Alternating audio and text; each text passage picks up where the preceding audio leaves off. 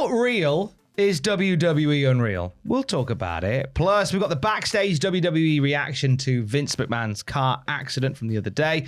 And has a WWE show been cancelled? It's all in the Cultaholic Wrestling news right now. How real is WWE Unreal? This was the series that dropped on Netflix this week, which goes behind the scenes in ways that we never thought we'd ever go when it comes to WWE. But obviously with anything like this, there's always a question of how legitimate it is. But if you go to the bra place and you see bras, this is already a good analogy. Get that Bully Ray tweet up there, please, because I'm going to butcher that. Already a good analogy. Bully Ray was like, you go to like an old lady's home and you see an old lady in a bra, but then you go to a bra fitting place and you see a younger lady in a bra, and then you go to a stripper's and you see a stripper with no bra on. Where'd you go after that? That's the question we're all asking after WWE Unreal. This is why Bully Ray is banned from the lingerie section at Marks & Spencer. Wade Barrett was like, I love areolas. I go all the way all the time.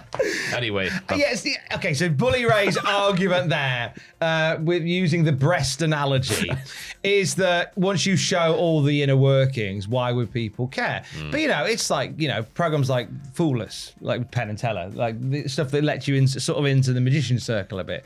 And it's like sometimes you could and it's you watch how these things are put together and you fall in love with it even more. For me, I was one of those people that watched wrestling, and when I realised it was all all planned ahead, I loved it a little bit more. Yeah. And I went, actually, I really want to know now how they do it. That's how a lot of wrestlers get into it. Yeah. And I watched that show, watching like the set of gorilla position and stuff like that, thinking, oh, I've never heard that before. I'm quite glad I saw that. Yeah, I never knew Billy Kidman was such an intrinsic part of the gorilla position until I watched Unreal.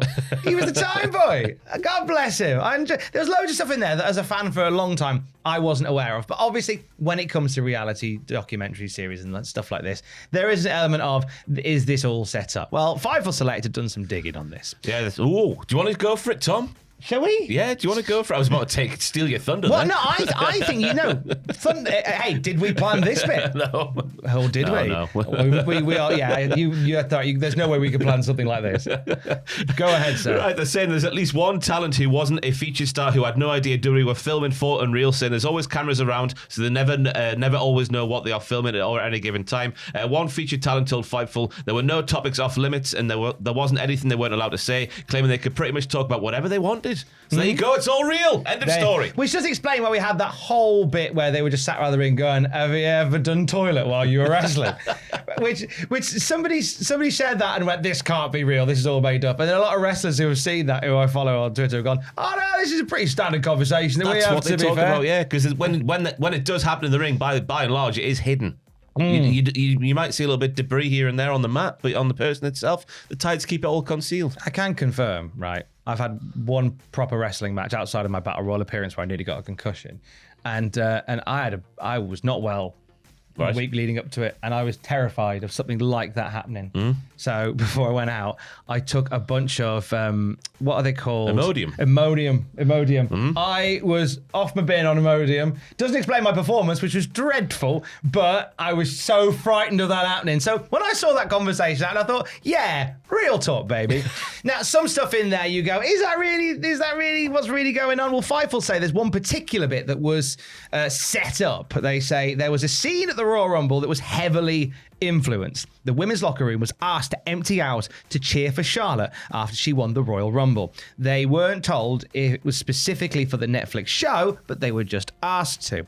They were not forced to do it. For those asking, it was claimed to us that Charlotte Flair knew about this prior to the report. That's interesting, saying they weren't forced to, but just asked to. So who was asked and said, no, I'm not doing that? Well, I think you could probably do a decent enough head count and go, oh, they weren't there. Yeah. Bull Nakano wasn't there. So what's Bull Nakano's issue with Charlotte Flair? But I guess with shows like this, you're always going to get stuff that sort of furthers on screen stuff, because the time of this comes out, obviously Charlotte Flair's in the midst of a babyface run now. It's all going well. Everyone's liking Charlotte Flair, as far as I can see, alongside Alexa Bliss. This only adds to that. There is an element of these shows that aid storyline and actually can really encourage certain things to come along and certain things to move forward. For example, I, for one, am hoping that at WrestleMania next year, Chris Park gives a black hole slam to Bruce Pritchard. Yeah. After watching, here's something that you can't fake this sort of thing. Chris Park, protect this man at all costs. Yeah.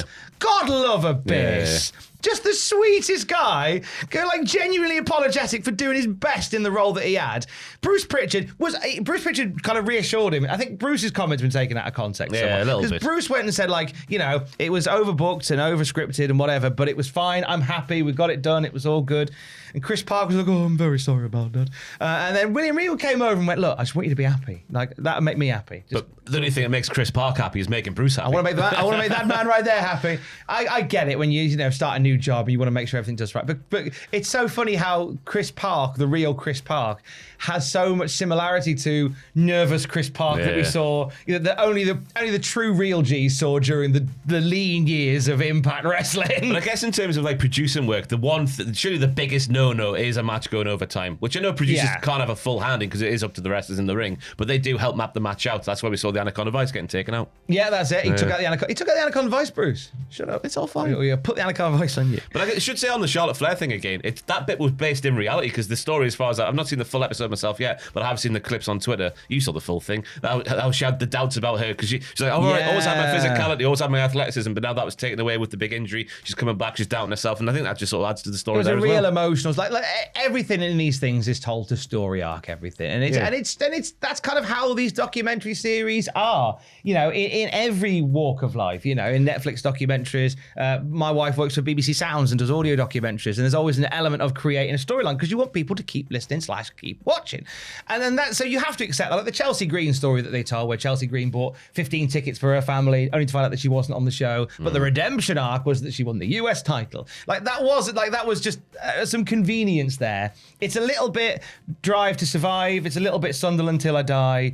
It's a bit of, and I genuinely enjoyed it. Also from Fightful, one producer told them that they were concerned about how authentic the show would be when it was announced because whilst they were pleased with the authenticity once it was released, there were some that were nervous that bit with Eyeshow Speed they used in the trailer kind of left the wrong impression. Well, it did. We talked on Monday morning, didn't we? Oh, that's going live. Or Tuesday morning. It's going live today. And I was like, well, Tom, the only bit I've seen that they've been like putting out there in adverts is Eyeshow Speed's worked Royal Rumble appearance being like told as if it's a real thing. But when you watch it, you can see that it's clearly being filmed for a bit. They don't overtly say, yeah, we've got this bit with Eyeshow Speed that we're going to do tee-hee-hee. But the way that it's shot is they've got like cameras in front of Speed and Stephanie, and like it's clear, like it's clear that it was all a bit, but they didn't overtly say it was in the a advert, bit. Yeah. Nor do they actually do it in Unreal. They don't overtly say it was a bit. Some production crew members Fightful spoke to say they legitimately didn't know that John Cena was turning heel at Elimination Chamber. There were moments where people backstage when they're in the dark about them, but they are few and far between. I think the only other one that they can remember recently was CM Punk's return. Because this is nice to know, because you come from a period where like you had WCW in the mid-noughties and the late 90s where they were constantly working the boys. And that sort of behaviour is exhausting. It sort of lends itself to how The Rock told about the whole thing coming together as well. It was just The Rock's call because of ticket sales. I guess he didn't tell everybody in the company, and everyone was shocked by seeing what happened. Yeah, and The Rock would know because he's the greatest heel of all time. Fightful concludes, WWE sources that we spoke to were especially happy about the buzz the show received within the wrestling world. There have been some, like Bully Ray and his strange bra analogy. I've butchered that, by the way. I think he's butchered a friendship.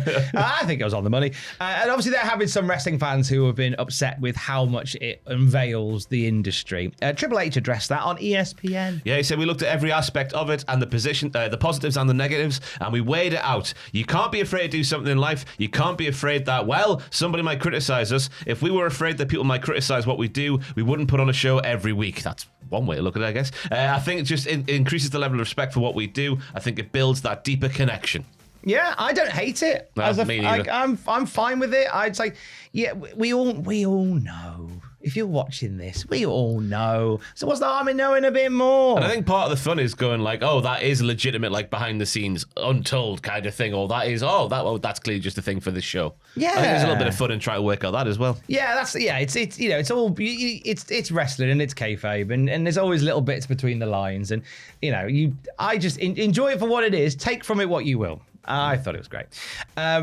Vince McMahon was in the news yesterday. You might have seen this. He was involved in a car accident that totaled his car and 2 others. He is currently receiving a misdemeanor summons for dangerous or for reckless driving. Fightful have some backstage reaction from WWE when this story came out. Yeah, they say long-time employees and those close to Vince McMahon claimed that it was a joke, but serious is the quote used there, within the company for many years that Vince was an erratic driver, to the point that there was some in his close circle would intentionally not ride with him when offered. We've heard this from Jim Ross in particular down the years, that the car rides after a Raw with Vince McMahon were a white knuckle ride. Yes.